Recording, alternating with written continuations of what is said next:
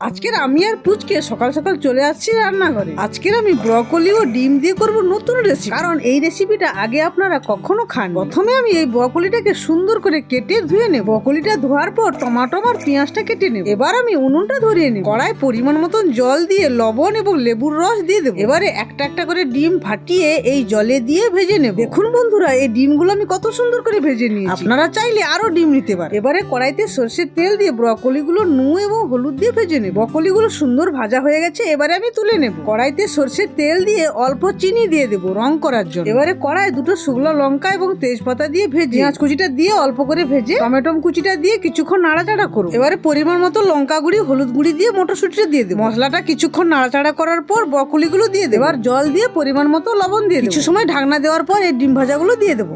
এই ডিমগুলো প্রথমে আমি লবণ ও লেবু রস দিয়ে ভেজে রেখেছিলাম। কিছু সময়ের জন্য আমি ঢাকনা দিয়ে দেবো। এবার আমার রেডি ব্রকলি ও